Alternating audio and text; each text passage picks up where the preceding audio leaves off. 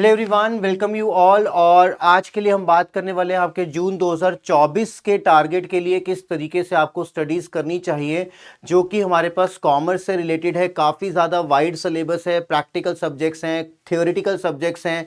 जो भी आपने पढ़ा है अपने 11th में, 12th में, ग्रेजुएशन में, पोस्ट ग्रेजुएशन में, that is from basic to advance, सब कुछ आपके नेट के सिलेबस में है। सो किस तरीके से आपको अपनी जो स्ट्रैटेजी है जून 2024 के लिए बिल्डअप करनी चाहिए, इसके लिए हम आज ही बात करने वाले हैं। So accordingly just as a brief, आपको ऑलरेडी पता है हमारे पास जो 10 यूनिट है टोटल हमारे पास कॉमर्स में है।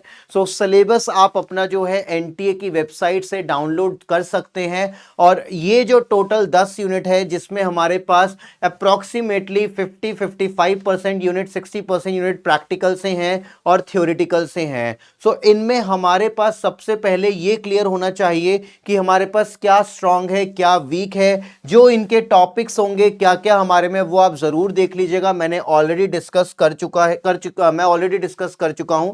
बट जो आज के लिए मैं आपके साथ डिस्कस करने वाला हूं कि आने वाले 4-5 महीने में हम किस तरीके से अब अपनी प्लानिंग को एग्जीक्यूट करें, ताकि by the end of April and और मे मिड हम अपनी प्रिपरेशन को लेकर एकदम बिल्कुल सेटिस्फाइड हो जाए और रेडी हो जाए कि हम जून का एग्जाम देने के लिए बिल्कुल रेडी हैं।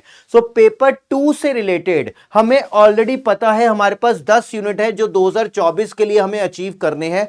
और आपके पास एक क्लियर कट अब ये प्लानिंग होने चाहिए कि आप मंथली बेसिस पर कम से कम 3 यूनिट या 2 यूनिट, जैसी भी आपकी जिस यूनिट पर कमांड है, आप वो यूनिट कवर्ड कर लेंगे, तभी आप जून तक अपने इस सिलेबस को अचीव कर पाएंगे। आपने टारगेट तो फिक्स कर लिया कि हमारा गोल सेट हो गया, हमें जून 2024 का पेपर जो है वो क्लियर करना है। बट इसके पीछे की हमारे पास क्या प्लानिंग रहेगी, मैं वो आपके पास डिस्कस करने वाला हूं। ऑन एन एवरेज हमारे पास 5 महीने 4 महीने हैं, तो आप ये मानकर चलेंगे कि हर महीने में हमें पेपर 2 के 2 से 3 यूनिट पर तो फोकस करना ही करना है, ताकि अकॉर्डिंगली आप अपना पेपर से 1 महीना पहले जो कंप्लीशन है वो कर पाए। तो आज ही अपना मंथली गोल जरूर बना लीजिए और ये जरूर फिक्स कर लीजिए कि मंथ में आपको एटलीस्ट कितने यूनिट्स करने ही करने हैं, ताकि एंड में हमें किसी तरीके का कोई प्रेशर ना पड़े।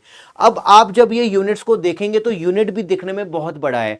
एक यूनिट में हमारे पास कम से कम 2 से 3 सब्जेक्ट्स कवर्ड होते हैं। आप वो सब्जेक्ट फर्दर डिवाइड करें और इसको भी जरूर ऑब्जर्व करें कि वीकली बेसिस पर आपको कितना कंटेंट कवर करना है। जब आप मंथली पे देखेंगे तो शायद आपको कंटेंट बहुत ज्यादा वाइड लगे, बट उसी को जब आप छोटे छोटे टुकड़ों में बांट देंगे, उसी के थ्रू अपनी प्रिपरेशन करेंगे, तो शायद आपको जो सिलेबस है वो टुकड़ों में बट के थोड़ा सा कम लगे और आप अपने गोल को अचीव कर पाएं। एंड योर डेली गोल, आपने डेली जो कंटेंट पढ़ा है क्या आप उसकी प्रैक्टिस कर रहे हैं, क्या आप अपनी प्रॉब्लम्स को साथ के साथ डिस्कस कर रहे हैं, क्या जो क्वेश्चंस गलत हो रहे हैं आप उन्हें अलग से मार्क कर रहे हैं। इन सब के लिए आपको अभी से तैयार होना पड़ेगा। और ऑब्वियस सी बात है, डेली बेसिस पर अगर हमारी जो परफॉर्मेंस है वैसी नहीं रहती जैसी हमने सोची थी, या वीकली बेसिस पर नहीं रहती, हमारे पास फेस्टिवल्स हैं या कोई फैमिली इमरजेंसी है, सारे दिन हमारे पास एक जैसे नहीं है, तो इसलिए आपको ये इवैल्यूएट भी करना है कि आप कहां पर लैग कर रहे हैं, ताकि अगर आपने जो वीकली टारगेट को अचीव नहीं करा, नेक्स्ट वीक आप अपना जो है डबल एफर्ट्स डालें और अपने टारगेट को अचीव कर पाएं। तो सबसे पहले have your own plan, because आप ही को पता है कि आपका क्या स्ट्रांग है और क्या वीक है। और इसके अलावा आपके पास पेपर 2 भी है और पेपर 1 भी है। सबसे पहले इस चीज को बांध लीजिए, आपको जो है एक पर्टिकुलर टाइम पर एक ही चीज पर फोकस करना है। अगर आप एक टाइम पर पेपर 2 भी देख रहे हैं, पेपर 1 भी देख रहे हैं, वीडियो भी देख रहे हैं, क्लासेस भी देख रहे हैं, सब कुछ मिक्स होगा। आप जो मल्टीटास्किंग करने की कोशिश कर रहे हैं उसे अवॉइड करें, अपने टाइम को ब्लॉक कर दीजिए। टाइम ब्लॉकिंग मतलब, अगर आपने सोचा है कि आपको 3 घंटे पेपर 2 को पढ़ना ही पढ़ना है, तो उस 3 घंटे आपको पेपर 2 ही पढ़ना है। ना आपने कोई क्लासेस देखनी है, ना आपने कोई वीडियोस देखनी है, ना आपने मोबाइल यूज करना है, नथिंग। आपके जो 3 घंटे का टाइम ब्लॉक है या जो आपका 2 घंटे का टाइम ब्लॉक है पेपर 1 पे, आपने वो टाइम पेपर 2 और पेपर 1 को ही देना है। आपने वो टाइम किसी और के लिए यूज नहीं करना है। अगर आप कहीं और यूज करेंगे तो टारगेट अचीव नहीं होगा, फिर आप डीमोटिवेट होंगे कि जो हमने सोचा था वो नहीं हुआ। उसका कारण क्या है कि हम एक टाइम पे कुछ ना कुछ अपने काम से भटक जाते हैं और कुछ और करने लगते हैं। सो ये आपने अवॉइड करना है, मल्टीटास्किंग को अवॉइड कीजिएगा। किसी भी तरीके का प्रोक्रेस्टिनेशन मत कीजिएगा, कोई डिले मत कीजिएगा।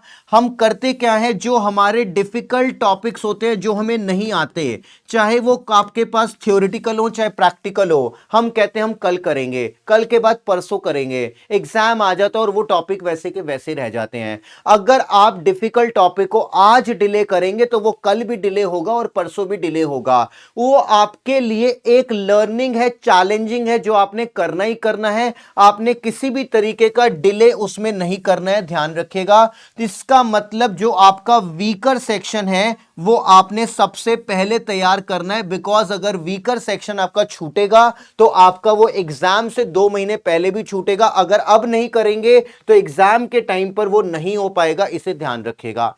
अब आपके लिए सबसे पहले अपना खुद का एक बनाया हुआ प्लान होना चाहिए, आपका कस्टमाइज प्लान। अगर आप अपने फ्रेंड से पूछेंगे कि हमारे लिए क्या, किस तरीके से तुम पढ़ रहे हो, हमें बता दो। आपके फ्रेंड के सॉलिड पॉइंट, स्ट्रांग पॉइंट अलग हैं, आपके वीक पॉइंट अलग हैं। जो आपके सब्जेक्ट वीक हैं, जो आपके पॉइंट स्ट्रांग हैं, सबसे पहले उसे आइडेंटिफाई करें। और ये आप जानते हैं, आपसे बेहतर कोई नहीं जानता। तो सबसे पहला काम आपका रहेगा अपने स्ट्रांग, कॉमर्स के वीक, और जो आपके पास कॉमर्स के स्ट्रांग और वीक पॉइंट प्रैक्टिकल और थ्योरेटिकल में है, उसे सबसे पहले आपको आइडेंटिफाई करना है और उसी बेसिस पर आपने अपनी ये जर्नी को आगे बढ़ाना है। उस बेसिस पर आपको यह पता चलेगा कि कौन कौन से वीक यूनिट हैं जहां पर आप ज्यादा से ज्यादा फोकस करें, ताकि जो हमारे पास स्कोर नहीं हो पाता है, चाहे वो प्रैक्टिकल सब्जेक्ट हो चाहे थ्योरेटिकल सब्जेक्ट हो, किसी का प्रैक्टिकल स्ट्रांग है, किसी का थ्योरेटिकल स्ट्रांग है, सो आपको जो वीक यूनिट है उस पर ध्यान देना है। वही आपके लिए, आपको एग्जाम जो है क्वालिफाई करने में हेल्प करेंगे। जितना ज्यादा आप अपने पास फ्लो चार्ट का यूज करेंगे, टेबल का यूज करेंगे, विजुअलाइजेशन जितना ज्यादा करेंगे, आपका माइंड उतनी जल्दी फर्दर रिवीजन भी करेगा। अगर आप पैराग्राफ की फॉर्म में नोट्स बनाएंगे तो शायद आपको फर्दर रिवीजन करने में भी टाइम लगेगा। तो आप अपने समरी में इन फ्लो चार्ट्स का, विजुअलाइजेशन का ज्यादा से ज्यादा यूज करें।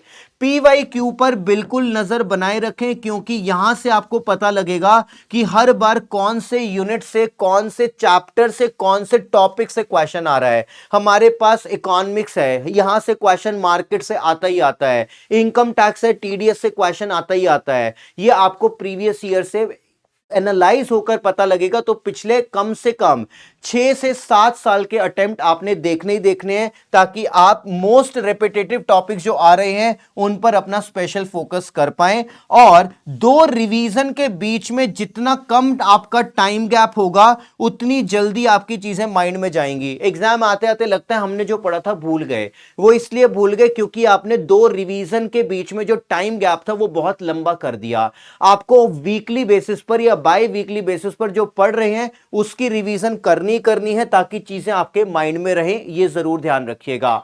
और लास्ट में आपने यहां पर फोकस करना है किस पर? अपने हैंड रिटन नोट्स पर, जहां पर आप ग्राफ भी बनाएंगे, जहां पर आप अपनी समरी भी बनाएंगे। और एग्जाम टाइम पे यही समरी है जो अल्टीमेटली आपको हेल्प करेगी कि आपकी रिवीजन टाइम पर हो रही है या नहीं हो रही। तो रिवीजन आपको करना ही करना है, और उस रिवीजन का रिवीजन भी करना है, जिसके लिए आप समरी नोट्स साथ के साथ बनाएंगे। अगर समरी नोट्स नहीं होंगे तो रिवीजन करने में टाइम ज्यादा लगेगा। तो ये बहुत जरूरी है, इसको जरूर ध्यान रखिएगा। और डेली प्रैक्टिस आपको करनी है, जैसा मैंने आपको बताया। अदरवाइज जो आप पढ़ रहे हैं उसका इवैल्यूएशन कैसे होगा ये आपको नहीं पता लग पाएगा। जो रॉन्ग क्वेश्चन है इनको स्टार कर लीजिएगा, बिकॉज यही क्वेश्चंस हैं जो आपको एंड मोमेंट पर रिवाइज करने हैं।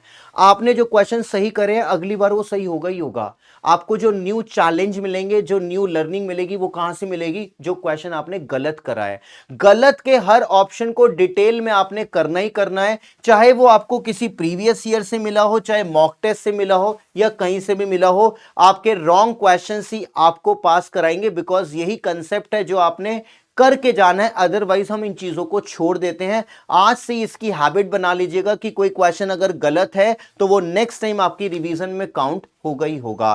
तो इन पॉइंट्स को फॉलो कीजिएगा और फर्दर कोई भी डाउट रहता है तो जरूर कनेक्ट कीजिएगा और अपने पास सेपरेटली अपना प्लान बनाने की कोशिश कीजिएगा, rather than to be dependent on someone else. Thank you so much, bye bye, take care everyone, thanks.